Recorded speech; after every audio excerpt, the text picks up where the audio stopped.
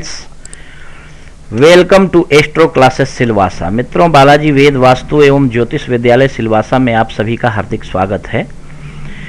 मित्रों, मेरे फेसबुक के ऑफिशियल पेज को लाइक करें please, facebook.com/astroclasses and Hutch astro classes Twitter handle है, फॉलो करें and subscribe my YouTube channel for new updates, है ना।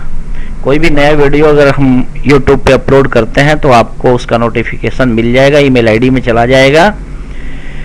इसके लिए आप हमारे यूट्यूब के चैनल को सब्सक्राइब करें और ये नंबर 8690522111 है ना, ये नंबर व्हाट्सएप पे भी है। अगर आप हमारे व्हाट्सएप के एस्ट्रो क्लासेस ग्रुप से जुड़ना चाहते हैं तो आप अपने व्हाट्सएप नंबर से मेरे इस नंबर पे मैसेज करें, अपना नाम पता लिख करके हम आपको ऐड कर लेंगे, ठीक है। तो चलिए हम बृहत पाराशर होरा शास्त्रम के अध्याय 19वें अनेक योगाध्याय जो महर्षि पाराशर द्वारा विरचित है, उसमें बहुत सारे योग हैं ज्योतिष के, जिन योगों को जानना आपके लिए एक बहुत ही फायदेमंद विषय है।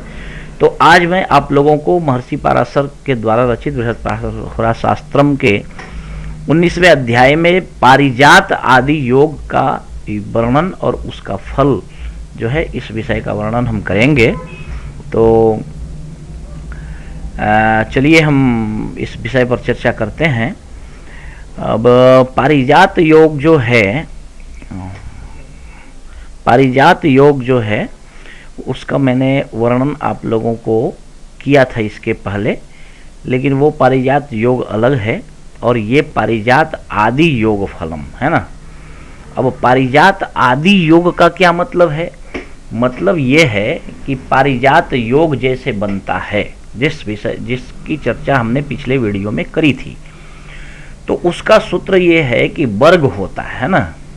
वर्ग होता है, जैसे ग्रह होता है ना, होरा होता है, दृष्काण होता है, नवमांश होता है, द्वादशांश होता है, त्रिशांशक होता है और इसको खड़वर्ग बोलते हैं, ये सब मिला करके। और अगर इसमें सप्तमांश को मिला दिया जाए तो सप्तवर्ग हो जाता है। और इन सब के अंदर ग्रह, होरा, दृष्काण, नवमांश, द्वादशांश, त्रिशांश है ना, सप्तमांश, और इसमें एक और जोड़ दिया जाए दशमांश और एक और षष्ठांश को भी ले लिया जाए तो ये 10 वर्ग हो जाता है। बाकी जितने होते हैं वो खोड़स वर्ग होते हैं, ठीक है ना। तो जो 10 वर्ग होता है ना, उस 10 वर्ग में दूसरा भाव जो होता है वो पारिजातम कहा जाता है, तीसरा उत्तमम, चौथा गोपुरम, पांचवा सिंहासनम, छठा परावतम, सातवां देवलोकम, आठवां ब्रह्मलोकम, नवा चक्रवाहनम, 10वां श्रीधामम है ना।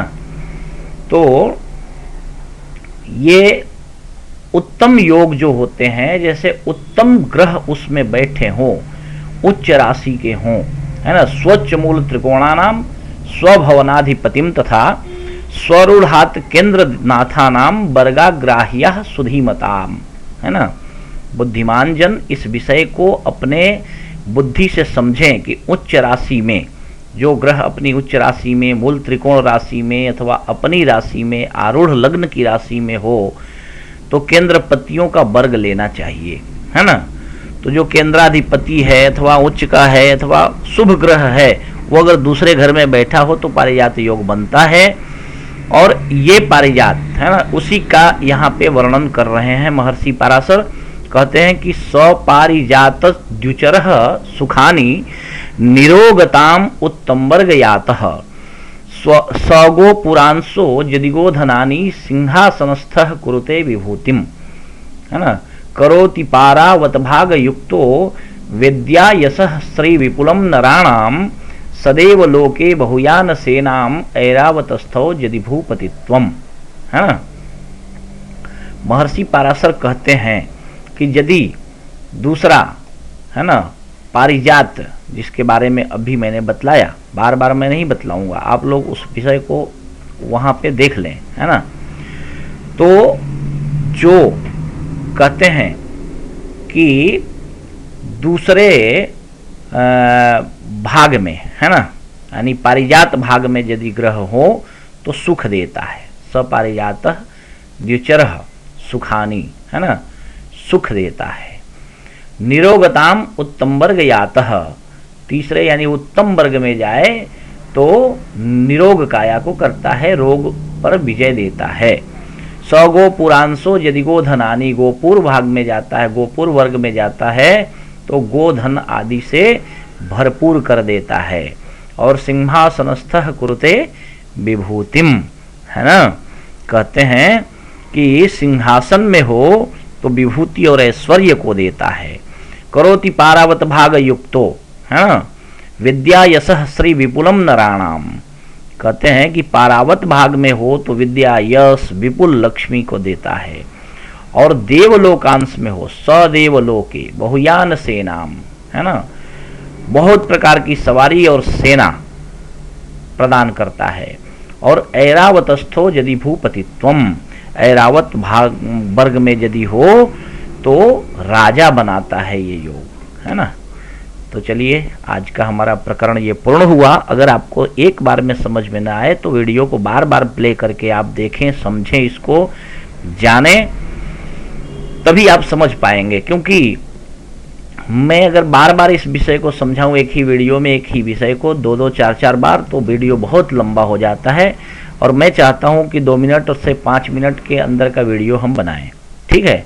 तो thanks for watching, bye and take care. अगर आप अपनी कुंडली दिखाना चाहें तो आप हमें कॉल कर सकते हैं इस नंबर पे, और समझ करके हमारा फीस हमारे अकाउंट में डालकर फिर हम आपको अपॉइंटमेंट दे देंगे। आप कितने बजे कॉल करें उस टाइम पे आप कॉल करके अनलिमिटेड क्वेश्चंस पूछ सकते हैं और सलाह ले सकते हैं।